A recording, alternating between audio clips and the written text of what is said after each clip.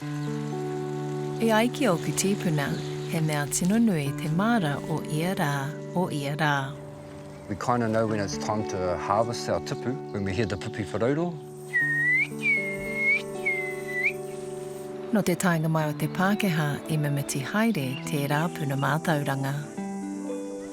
Ko tāku he tūhura anō I e rā mātauranga.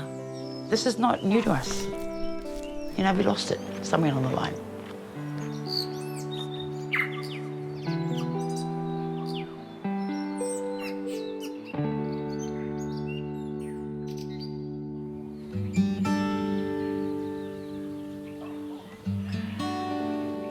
Ko tai mai au ki rangiti kei.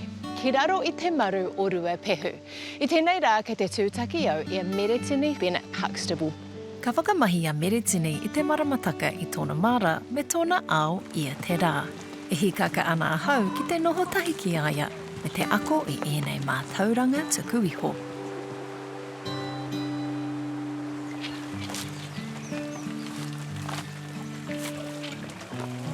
I wasn't born here. Was born over in Whanganui. We came for a tangi and we went out to the family home, said there was no one living in it. And my mum shot back to Whanganui and goes to Dad, well, pack up, we're moving home. And pretty much like lived the dream. Not many kids can say, you know, your backyard is your absolute playground and you may not have a pool, but you got a river. So that whole entire worldview of being part of the taiao and being of it was really fostered here. Tēnā koe. Oh, kia ora. A tahu ake nei tēnei whenua. Ana, ko tōku kāinga. Kia ora. Wāhi. Ko tētahi o ngā wero I rangi tīkei, ko te whakatipu kai I ngā huarere kaore I te pai. Engari, kua ako a Meretini I ētahi o ngā tikanga o nehe. So we have a saying here amongst our iwi, nā kahu parera, kai makariri, kai raumati, I te hinua o te whenua. And being in a cold climate, you know, you've got to negotiate not just the winds being at altitude, but negotiate whereabouts the makariri's coming from. And so they diversified the way in which they grew. And it's only on that whakapapa that I hold in my head. If you know how to grow it in the cold and in the hot, then there, ka re raru. Ko tatarite te māra ki te oho I tana moeroa. A kua rite mo te wā paiana ki te whakatipu-tipu. So garlic, is it easy to grow here? Yeah, it is pretty easy to grow. You do have to be careful though. Once rust hits your garlic, that's pretty much your whole entire seed blowing. I always go and give heaps away so that other people can grow it in different locations, and if I lose my seed, I've still got seed somewhere else. Kāroranga tira tira. I use the Maramataka to grow and understand how my whenua works here. Being in my māra as Mārongoa, being in the taiao, I absolutely appreciate that taiao is my mentor and my teacher. And hua is the byproduct. If I get anything from it, that's amazing and something I can share out, not necessarily the reason why I do it. People think that things need to look pretty. Well, actually, they just really need to have function. One little seedling of a celery can actually get 4 heads on that, so you don't need to go buying it from the supermarket anymore, and you just pick it off as you need it. These are one of those things that, like the silver beet, I will just leave it in there and just let it go to its heart's content and reseed and repropagate all the time. So raspberries? Raspberries, just watch out for our mate in there. We have a bit of a bumblebee hive. A lot of our stuff grows because of the bumblebee, so... Yeah. What's up with the carpet? He tikanga? Cool. Just... I don't want to weed. When this is not growing raspberries, do you have to cut it all back, or do you just leave it here and it just continues to grow and then they keep fruiting every season? No, so I will chop the whole entire thing back till it's just the stalks. And during matamata, during our koanga and mahuru, I'll normally use that to sort of burn for ceremony back into the māra. And it will come back normally in massive droves as well. So like if you think 10 canes was all this was, and now there's probably a good 200 in here. So at the end of the season and the beginning of the new season, I'll go through and pot up a heap of these and then drop them off at everybody else's houses that wants to have them. You must be everybody's favourite then. Ka mahana haere ngā wāhanga o te tau, a me whakarite te one mo te koanga e tū mai nei. E hiahia ana a hau ki te mōhio, me pēhea a Meretini e whāngai ana I tōna māra. Most of the stuff in my garden is sourced either from recycled stuff or stuff that's already here.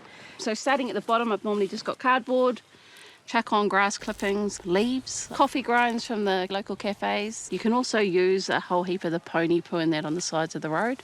So sticks and stuff like that will be in amongst it as well. So my boxes will be filled to the brim. And it's all amazing food for worms. And I really, really appreciate the role that worms play in my māra. Mm-hmm. But I actually, as a gardener, have a real fear of them. What? I know. And my kids love the fact that I'm scared of them. So when we're out here, they think it's the biggest joke to start Put picking some them. worms down the back of your shirt. Yep. Ahakoa he wero ngā noke kia Meretini, ko te taia o te pūtake o tōna whakaaweawe. A ere te tonu tana noho ki te ngahere, e kimi ana I te mātauranga o te taiao. Ko au te taiao, ko te taiao, ko au. Ko au te awa, ko te awa, ko au.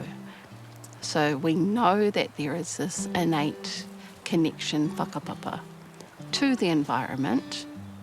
I knew as a kid that I could look at something in the environment and see something that was reflective back at myself. I would see the veins within a leaf and then shine a torch into my hand and see the veins pop up in my hand. So when we talked about it in Waiata, when you talked about it in Motiatea and things like that, you also saw it. And that to me was what the Maramataka was about. It was about acknowledging all of the different tohu, understanding the relationship that we're having with our taiao constantly. Piko, piko. I don't need piko, piko, but I can see it now everywhere. Ia Meretini e noho ki te ngahere, ka whai wāhi ia ki te whakaaroaro ki ngā neke o te taiao. E ki te ana I ngā tohu hei ārahi I ana mahi I tōna ake māra. The piko-piko's everywhere, all of a sudden. So just as another reminder of that growth happening at the moment. Yeah, so I know that with the new leaf, it's a great time to think about what to plant out. Lettuces and silver beets, and that are all going to be thriving at the moment. I te rā e tō ana, nōku te waimari e te noho tahi ki te whānau o Meretini ki te kai I ngā hua o tana māra kai. Me te whakaaro ki te mātauranga I noho Māori noa ki tōna pāpa, engari I tika kia ako ia mai te timatanga. So much of that mātauranga that my dad and your papa use is kōrero tuku iho. And I think for a lot of them, they knew the mātauranga because that was their lived experience, but kind of didn't know That's how they knew that. Have you ever talked to your papa about that? Yeah, when you ask him about it, it just lived in his hands. That's what I've discovered with a lot of our, specifically Maramataka, all of that knowledge has sat in their hands. This generation, that a lot of them lost reo, the reo for them sat in the palms of their hands.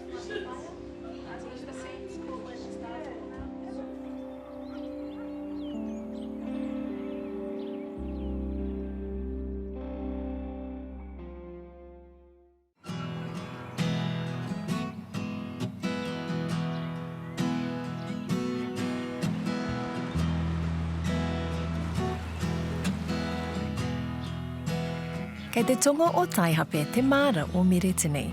E hara tēnei māra mo te kaianake. He ara tēnei ki te tūhura I te mātauranga me te whakamātau. Ko te Maramataka tētahi o ngā tino rautaki o te tuhura nei. Mā te rangahau I ki te ai ētahi mea whakamiharo ki tōna ake whānau. So this is the Maramataka that we found in my uncle's cupboard in their whare. It talks about when to fish, what to plant, and all that sort of information on it. A real practical one in the 1960s, which is where this one is dated around about. Ko te Maramataka tūturu o te iwi Māori. E arahi ana te Maramataka I ngā mahi māra, pērā I te whakatō, te ngaki, me te hauhake, e ai ki ngā āhuatanga o te marama. Kua whakamārama mai te rangahau a Meretini I ngā āhuatanga Maramataka e whakamahia e tana whānau ki o rātou māra ko tahi rautau ki muri. And this one here was one of the older ones that we found in my great-great-grandfather, Utiku Pōtaka's diary. The date on that diary was actually 1868. So it's very basic information. He pai, he kino. He pai rau atu, he tino pai rau atu, he tino kino. So pretty basic, but for what its purpose was in a diary, it makes sense. This is about strategy. Ko te Maramataka he āta whakarongo ki ngā tohu o te taiao, pērā I o tātou tīpuna. Ka whakamahi a Meretini I tēnei mātauranga I tōna ao me tōna māra hoki. So hui are not grown for kai, So some countries they are. but Māori never really did. No, this is more used for a vessel like a pātara. So what determines the shape of your hui? Is it just kei ai o tōna ake tikanga, it just decides how it wants to grow itself? Or? Ka tōna whakapapa kākano. Right. Yeah. Whatever their tūpuna look like. Yep. Are there signs from the Maramataka that you use when you're growing hui? Yeah, so not hue specific, but definitely māra specific. So I've actually split the Maramataka, every marama, into 4 quadrants as a way of trying to make it really accessible.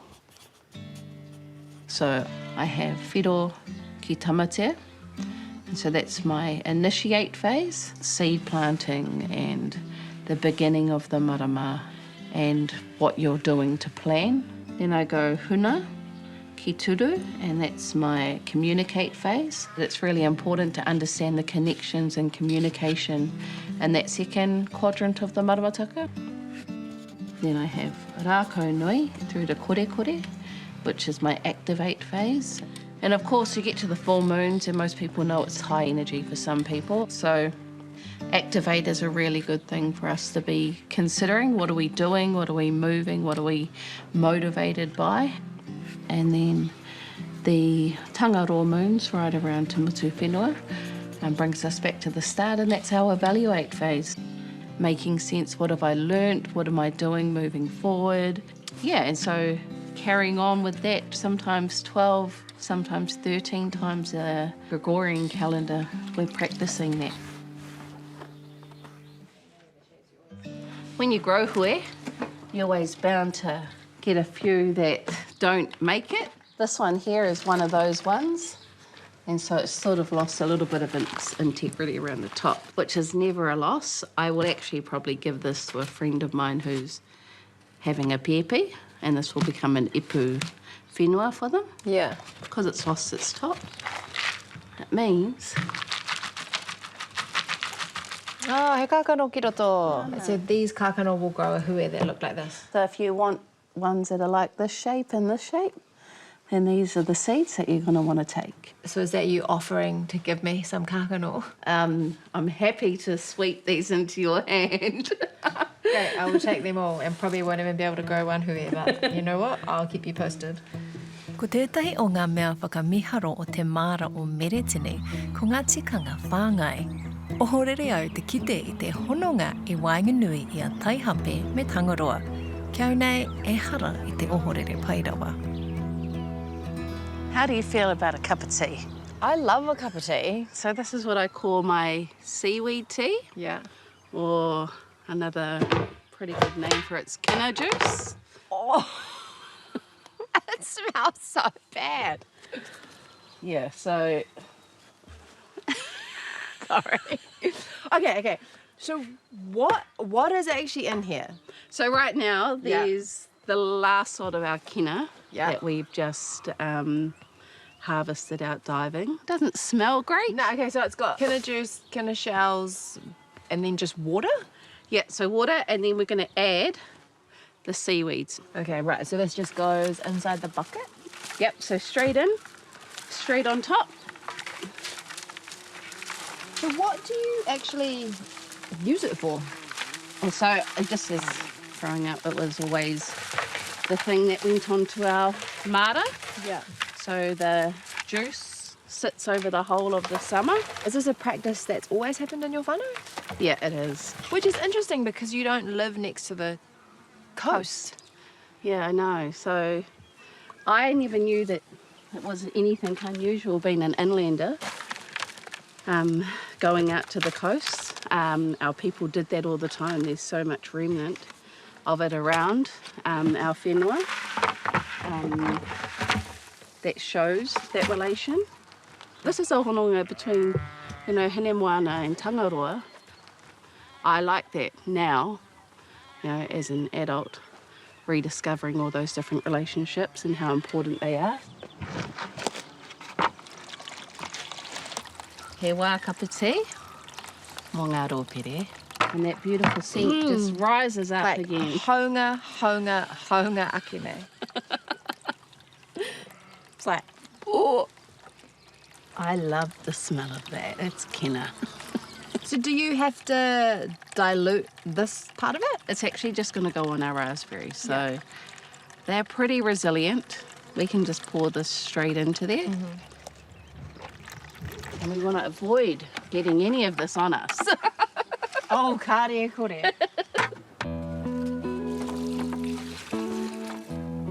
So do you find that using this helps with the flavour profile of the raspberries? I'm not too sure if it helps with the flavour profile, and that scent is not something you want to be Tasting in your raspberries. So, but it definitely feeds them, makes them a lot bigger, Yeah.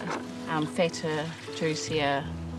Just like anything, really. You nurture something with really beautiful kai, it's going to repay you. This is like having a cup of tea with the māra. I know where I've picked all of this up, and I know exactly what I'm giving back in that relationship with hine moana back here in the whenua. So they don't often meet here in the inlands, and I get to be able to recreate that hononga for them.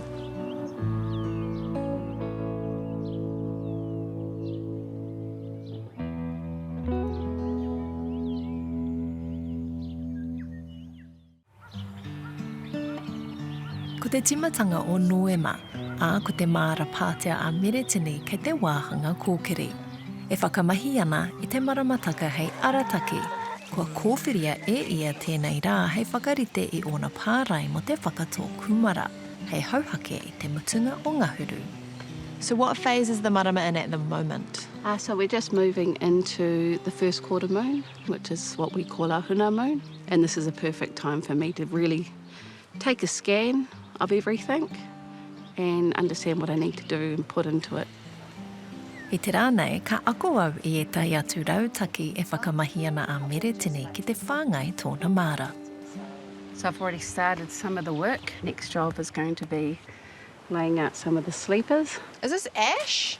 Yeah, it is. So at the end of the seasons, I have all my pruning all done, and so Just burn it and chuck it all on. here heat. And is that just a practice that you've kind of made yourself, or is it like some tupuna mātauranga that you found out about? Both. Something that's always done with Dad is making sure that everything that we did in the māra went straight back in.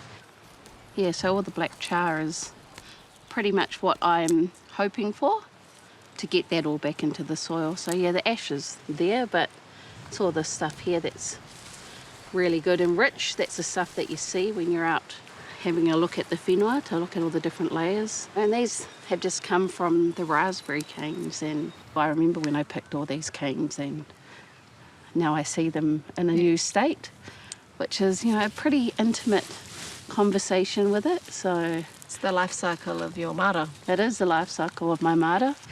Lots of people will go, why are you putting a māra above the ground when you've got rich soil under the ground? Yeah. And I get that. But I also look at the rest of this whenua here and see how much extractions happen from it for a really long time. Yeah. And so I'd prefer putting it back on top and keeping what's underneath remaining its natural state. And that when this is all gone and we're no longer here, this whenua still has integrity in its soil. Engari kaore te biochar anake e whāngai ana I te māra. Ko pere au ki te kāhui mahi a Meretini ki te kohi I tētai atu kīnaki. Mena e whakaro au ko te seaweed tea he tino wero. I te rānei kei a Meretini he taonga mō ngā tamariki. So we're going to pick up all the sheep hook that's under here, put in the wheelbarrow, put on the back of the trailer, and that becomes the next layer of Auntie's kumara māra down there. Don't kick up too much, you don't want all the dust going everywhere, okay? The sooner we get it done, the sooner we can get out of here. You guys are excited? Excited to do this? No, too stinky. Over the years, I've been testing a whole range of different ways to try to grow kumara out here. And I think I've sort of worked on it pretty well. I've normally got a pretty late window for planting out hua whenua, so I can normally continue to plant out until the end of December, right into the beginning of Mātiti, or Raumati, which is where I will be planting my kumara.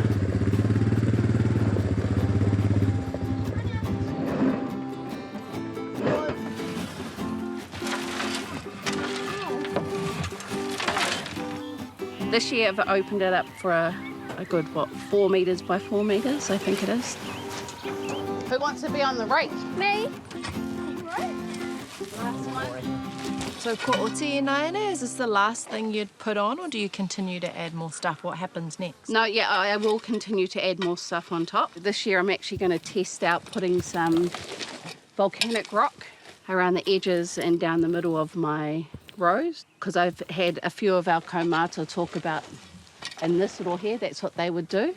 Right. Just to keep all that heat intensified within there. So I'm going to have a test of that. I've got some cousins that are going to bring me down some hangi stones from up on Koro. But yep, no, job's not done. But I've got Never done. Yeah, I've got 6 weeks to get this in place. So, and in the meantime, the tipuan that are busy hopefully growing away. Yeah, and then ahe koe ka whakatoe ngā kumara. That's all guided by when they're ready. Sweet, so is that it? Yeah, normally I'd water it, but today we're just gonna leave the ua to do that job for us. Yeah. So, pēhea he koko? Yeah, haere ki te awa. Oh, ana, haere ki te awa. Yeah, whakaro pai te rā. Whakawātea. Yeah.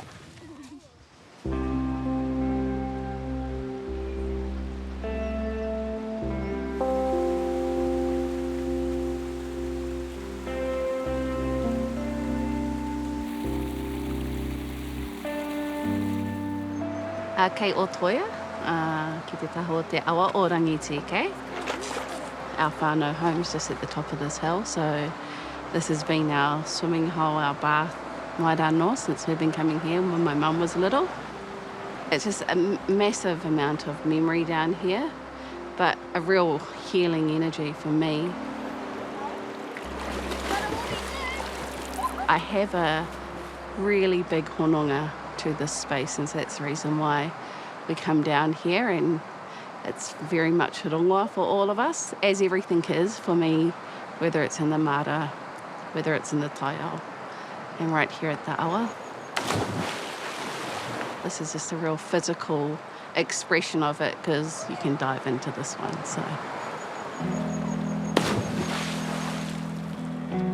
You know, and nō nei, kei tēnei wāhi, and tōku whakapapa ki te awa tupua, ko au te awa, ko te awa ko au.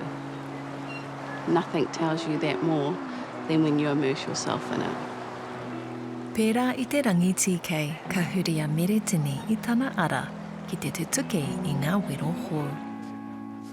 Pērā I ngā wai whāngai, ka whāngai I a Meretini te whenua, tēnā I te tango. Ko te huarahi toro whānui a Meretini ki tana māra, me ngā ihi kua kitea ia I te taiao. Kua aki I au ki te para I te ara ki te ako.